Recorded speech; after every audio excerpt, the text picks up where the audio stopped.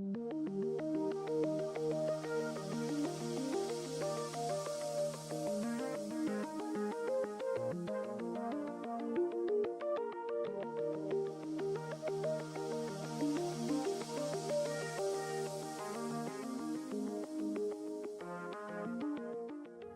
and welcome to the first interview of the Market Prospects 2018 season, our 33rd year of providing high quality and timely market and related information to prairie farmers. I'm Dr. Eric Michaels, Assistant Professor in the Department of Agricultural and Resource Economics at the College of Agriculture and Bioresources at the University of Saskatchewan, here in Saskatoon, and I'll be your host for the interview today. To start our 2018 season, we are very pleased to have Dr. Robert Johansson, Chief Economist of the United States Department of Agriculture, as our guest, speaking to us from Washington, D.C. on the U.S. perspective on agricultural trade. Dr. Johansson's appearance on Market Prospects again this year continues many years of cooperation between the USDA's Office of the Chief Economist and the Market Prospects Project in an annual series of 2 interviews. We are fortunate to be able to have this conversation with Dr. Johansson and benefit from his expert commentary on analysis of global agricultural issues.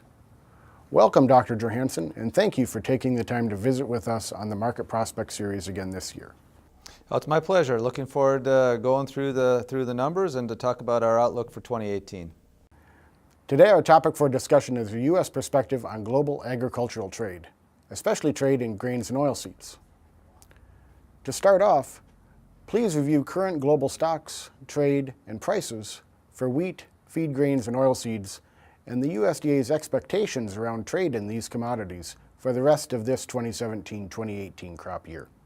Well, great. Yeah, we know that global wheat stocks are projected to be at a record large this year at 268 million tons. Of course, that surpasses last year's previous record of 252.7 million tons. And the primary reason behind this new global record in wheat supply is Russia's record wheat production this year at 85 million tons. That's up about 12.5 tons from the previous year, or as much as 17%. And we know that Russia's also projected to export a record large amount of wheat this coming year, 35 million tons for the 2017-18 trade year, and that's up from 27.8 last year.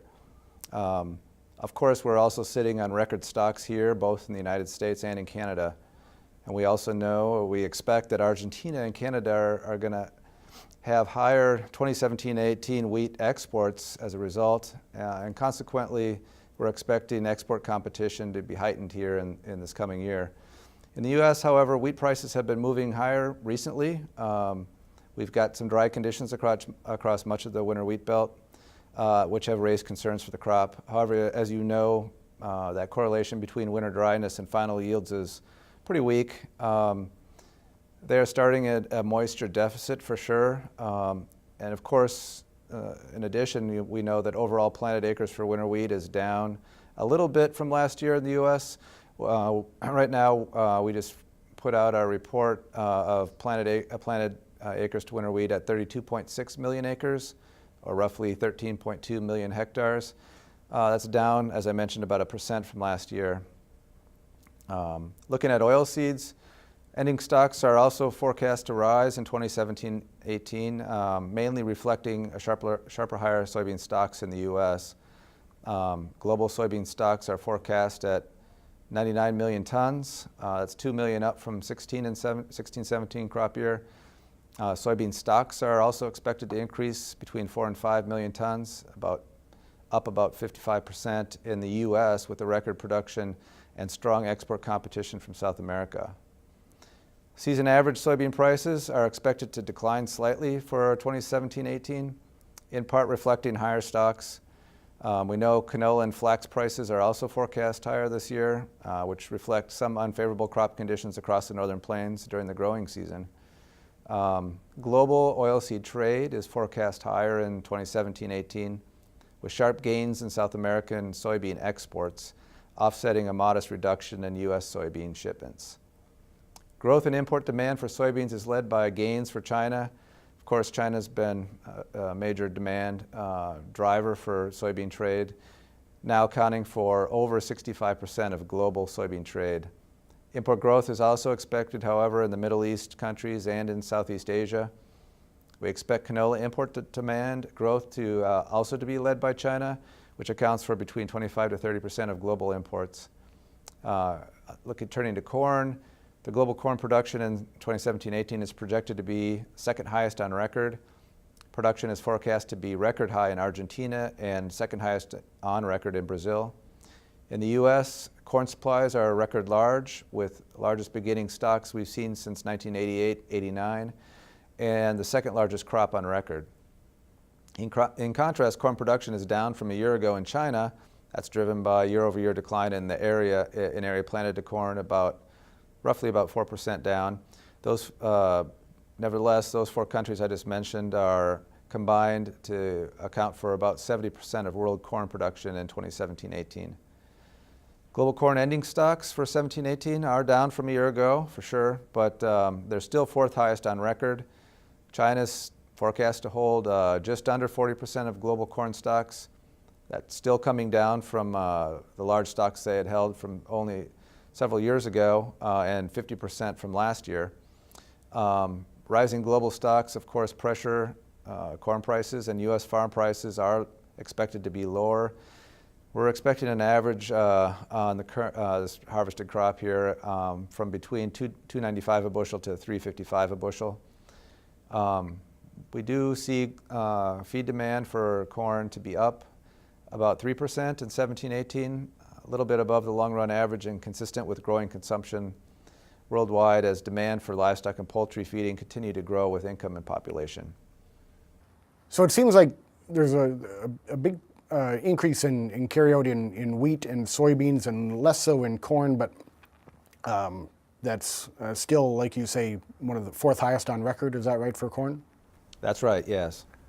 And so how do you, I guess we have a question coming up later on farm incomes, but how do you see that playing into farm incomes for U.S. farmers with those large carryouts?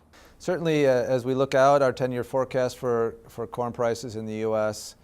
obviously is, just a corn indicator. We have a lot of stochastics around what might happen, whether that's higher global macroeconomic growth than we expected, higher oil prices, for example, or changes in farm policy. But by and large, we expect relatively flat prices going out over the next 10 years for corn and for most of the commodities.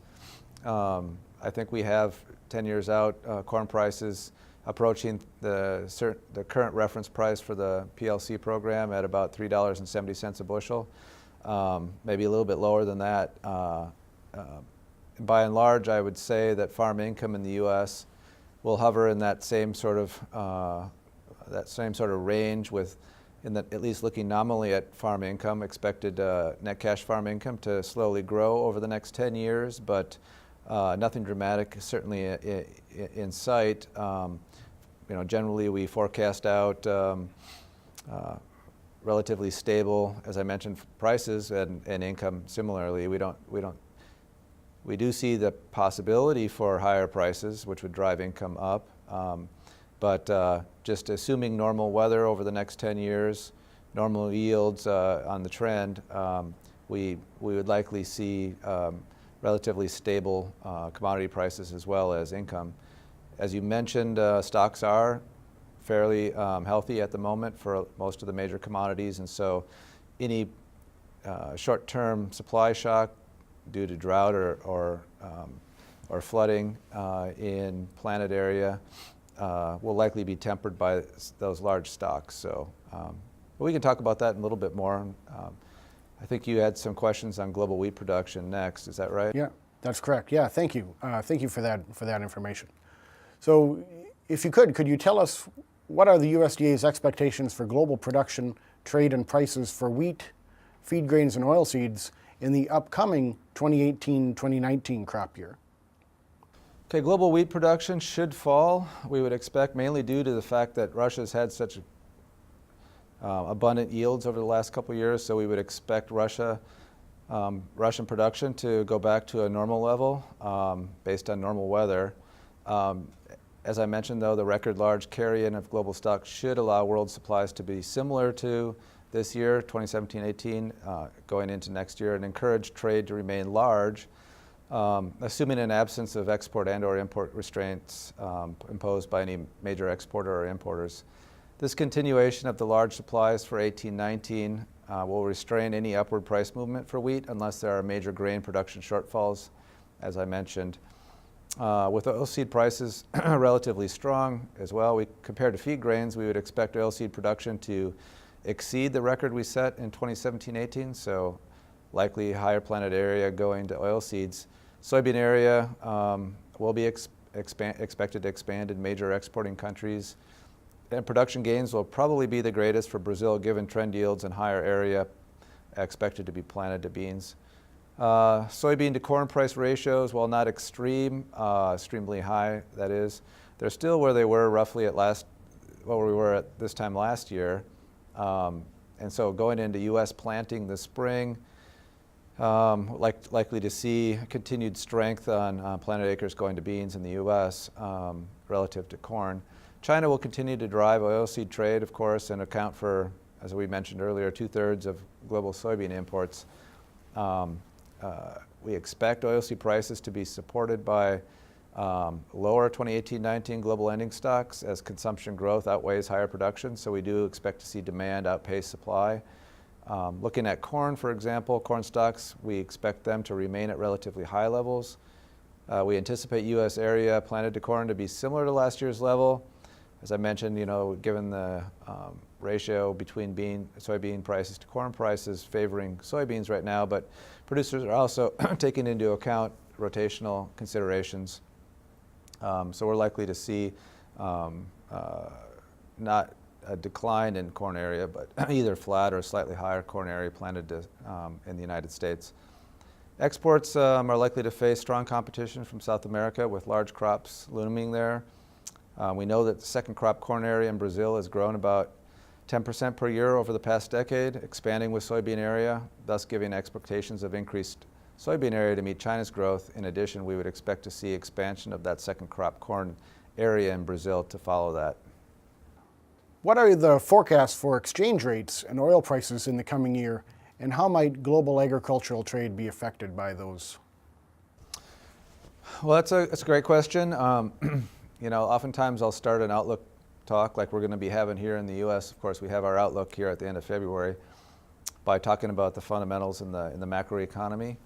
When we look at GDP growth going into the future, we've seen an uptick in our expectations for the global economy in the short run. That's a good thing. That allows consumers around the world to purchase more food and fiber, boost demand. Similarly, we see oil prices both pulled up higher by higher demand abroad by developing economies, but also being supported by supply-side cuts from OPEC. So to some extent, that will be supporting petroleum prices. That might be expected to boost the strength of countries relying on petroleum production, such as Canada. As a comparison, the U.S. dollar has weakened somewhat. It's been running pretty strong here for the last couple of years. So relative to other currencies, the U.S. dollar has come down a little bit. And from a trade perspective, that will be beneficial. Certainly, we would expect the U.S. exporters to be a little bit more competitive as a result of those currency impacts compared to the previous few years. So a good thing for exporters here in the U.S. Speaking of trade and export, NAFTA negotiations are currently of great interest to agriculture industries in both Canada and the United States. Can you speak to how important Canada is to the United States in terms of trade as both a buyer and a supplier of agricultural products? And what are the most important agricultural trade issues under discussion in these negotiations? Well, of course, we know that the outcomes of the renegotiation of NAFTA, and I'll just say as well, the Korea-U.S. Free Trade Agreement are hugely important issues for agriculture going into 2018. Global economic growth is now experiencing, synchronized growth, as I mentioned, for the first time in several years across, developing and developed countries. That's about the first time we've seen that since 2008. So we have seen first, since the global downturn in 2008, 2009, then in the U.S., and then a little bit later after for other countries. Possible exception there being the South American region. They are recovering from, more recently, from some downturns in their economies. Those agreements are very important, as well as this fact that we are seeing overall global growth across multiple countries. We know Canada, for example, being a major supplier of canola, will account for 1/4 of the global production and 2/3 of the global trade in canola. Although the U.S. market for canola seed is relatively small, canola meal produced in Canada is exported almost entirely to the United States. So the NAFTA agreement will be important for Canadian producers in that industry. Same obviously holds true for canola oil, with 2/3 of the total exports arriving in the U.S., with expanding needs for biofuel feedstock in the U.S. Canada will remain a key supplier of canola seed and oil and the products in the coming year. If we look at rice, we know that NAFTA has been extremely important to the U.S. Rice sector, as Mexico is now the leading destination for U.S. rice exports, accounting for 20% of the total U.S. annual production. And as a major producer and trader of livestock and meat, the U.S. livestock and meat sector will likely be affected by the NAFTA outcome, either directly through those the result of the renegotiation, or even indirectly as other countries are negotiating with our NAFTA partners, Canada and Mexico. So if U.S. products are displaced as other agreements affect trade flows amongst signatories of those agreements, it will affect certainly producers of livestock in the U.S. Certainly the NAFTA discussions will be something we follow very closely here in the United States, as we have such a interlinked North American market, agricultural markets, both from U.S. into Canada, Canada and the U.S., as well as U.S. and Mexico as well. What would you say, in your opinion, would be the probability that from the U.S. perspective it's simply a renegotiation of the current terms of NAFTA versus the U.S. Deciding to leave the NAFTA agreement? Well, I'm not personally involved with any of the renegotiations, so I couldn't speak to that. I know that the negotiators are involved vigorously in looking for ways that the agreement can be improved. It's been in place now since 1994, so I think the administration's keen on trying to, to bring it up to speed with more current provisions, and so I don't have any way to weight the probability of one outcome or another. So I guess we'll just have to both sit back and watch what happens.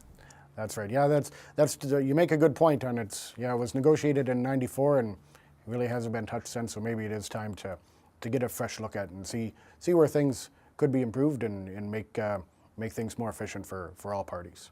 Yeah, I mean, of course, we would certainly, from the agricultural economics profession, I always point to the gains from trade, and I think most people would also echo those findings that you would expect from any negotiation between on a free trade agreement. Lowering barriers is always a good thing for improving trade, and I think oftentimes it's other sectors that are driving the new developments in an agreement. Of course, a free trade agreement affects a lot more than agriculture, and so again, we'll just have to look for the developments to occur, and certainly they're going to be keenly followed by agricultural producers in all three countries. And we have, as I mentioned earlier, a very integrated agricultural sector, and that's been beneficial to ag producers in the three countries. Could you please explain the current importance and future potential of China, the former Soviet Union region, and South America in terms of global agricultural trade? Well, those are three large regions, both in supply and demand, that we've touched on a little bit. Dig into that a little bit more is a great idea, I think, because certainly from a U.S. perspective, Canada and Mexico together are our number one, export market destination, so very important to U.S. producers. But if we just look at country by country, certainly China remains our number one export destination, as as a country. And we know that Brazil and Argentina and other South American countries are becoming a much larger exporter of a lot of commodities, particularly soybeans and corn, for example, as we talked about. And in addition, Russia-Ukraine area has been, certainly we talked a little bit about wheat, the wheat supply out of that region recently, just a second ago, but they're also exporting a good amount of corn and other feed grains onto the world market now, whereas they perhaps hadn't done that as much in the past.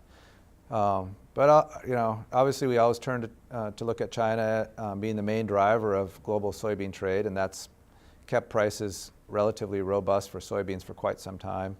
That economic growth in China in recent years has led to a movement of millions of households into the middle class and a huge boost in the demand for meat product in China. At the same time, we've seen modernization and growth in the livestock sector in China, and that's led to unprecedented growth in demand for protein for those livestock, for that livestock production, most of which has come from soybeans, as I mentioned. Since 2000, soybean consumption in China has quadrupled, while Chinese share of the global consumption of soybeans has risen from 15 to 32%. Since 2000, growth in China soybean imports has accounted for almost all the growth in the total trade of soybeans. From 2000 through 2017, world soybean trade increased 91 million tons. Chinese imports grew 80 million tons. So it's just phenomenal how that has affected production in North America and South America. That growth in China's soybean imports has had a dramatic impact, as I mentioned, on the global oilseed sector. Growth in China's rapeseed imports has also supported global trade. Since the mid-2000s, global rapeseed trade has more than doubled to about 16 million tons. And Chinese imports have expanded from about 1 million tons to over 4 million tons, so pushing up that demand as well. Of course, Canada's canola exports have followed that growth pattern, doubling to around 11 million tons over the same time period, with much of that gain tied to China. With more than half of global soybean production coming from South America, that region now accounts for about 55% of the global soybean trade. And with ample land resources still on which to expand production, as that global demand continues to rise, so will the importance of South America in meeting that demand. China's import demand for grain and grain substitutes, particularly in the feed deficit south part of China, has also been a price supporting factor in recent years. I'll point to a couple of statistics also here. A decade ago, China's combined imports of barley, corn, oats, and sorghum totaled just over 1 million tons. That's a decade ago. For this year, 2017-18, we're projecting those imports to reach over 16 million tons. That's roughly the size of Mexico's total corn import. So just an enormous amount of demand and growth there. China has also been a robust market for imports of grain alternatives such as DDGs as well. Brazil, being the second largest exporter of corn in the world behind the United States, that's been driven largely by expansion of that second crop corn, which we talked about. It's going to be funneling a lot of that production to China. Ukraine and Russia have also become important to global corn trade as well.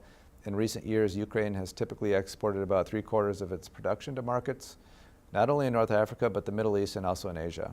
With growing household incomes, China is an important destination for not only feed grains and oilseeds, but also livestock and dairy products. I should point out also that Russia previously has been a large market for U.S. livestock products, but currently we still see the ban on imports from a number of countries going into Russia, including the United States. If we think about the Russia production market as coming in and out of the global trade market as their yields varied up and down. But the last 2 years, they've had record yielding crops, and not by a small margin, but by huge jumps in the, as I said, the record yields 2 years in a row. Clearly, the weather has been great the last 2 years, but one question I have is whether it's all weather or something has fundamentally changed in some of their agronomic practices over there. I think the next few seasons will tell us what kind of competitor the Russians will be in the wheat market. Yeah, you bring up a good point. I just was reading an article from Scott Irwin at Farm Doc about, not about Russia, but about the kind of the increase in soybean yields in the southern part of the U.S., and he attributed that to kind of an increase in management of how they're trying to take some of the agronomic skills from, say, the Iowa, Illinois, Indiana states, and they've seen real increases in their soybean yields from that, and that might be what you're alluding to in Russia as well. Yeah, I think we have seen a lot of our management practices being adopted. Obviously in South America previously, but in Russia as well, and Ukraine. I think some of that's been fueled by some investments from large producers in the U.S. In production over there as well. So we have seen some certainly some management techniques that we've seen being productive here in the United States, in our Corn Belt and Heartland regions being adopted over there. So we'll see how that transpires over the next couple of years to see whether those yields can continue to climb as much as they have recently.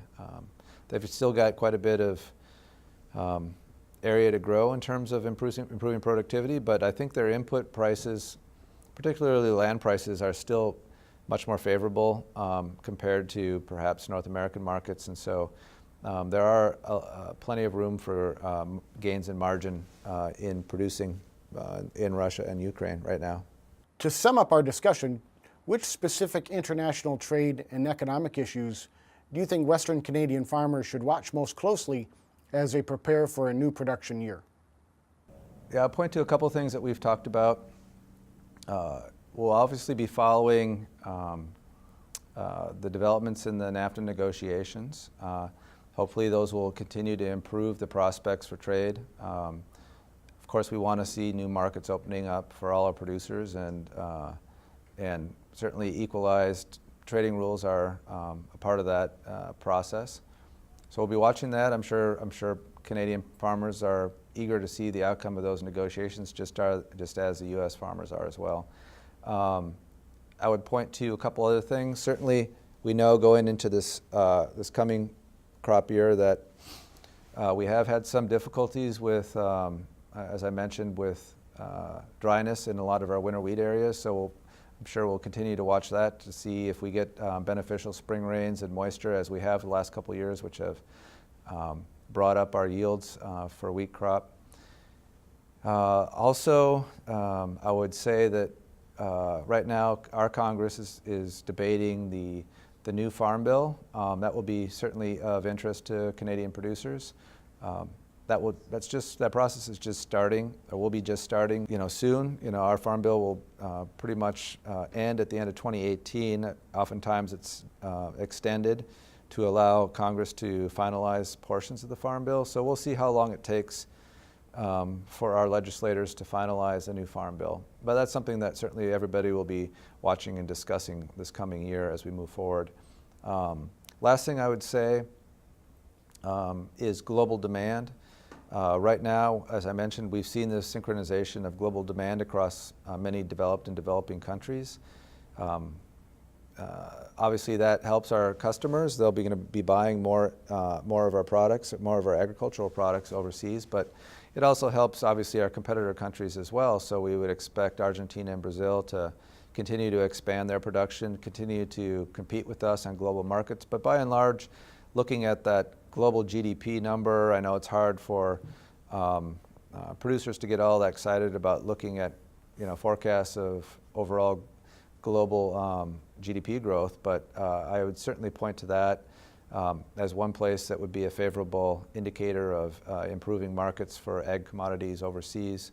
Another beneficial thing that I would suspect that producers in Canada would be watching are oil prices. Oil prices often indicate the fact that GDP growth is increasing overseas in developing countries.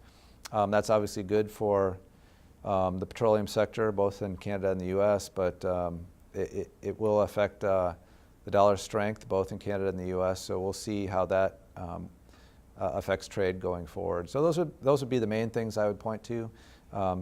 So looking at the outcome of trade agreements, the development of new farm policy legislation, and overseas following just the growth in developing country GDP as well as just overall global GDP growth. Thank you very much, Dr. Johansson, for taking the time to provide us with this Market Prospects interview again this year. We look forward to discussing the USDA's perspective on the grain and oilseed situation and outlook in the United States when we speak next.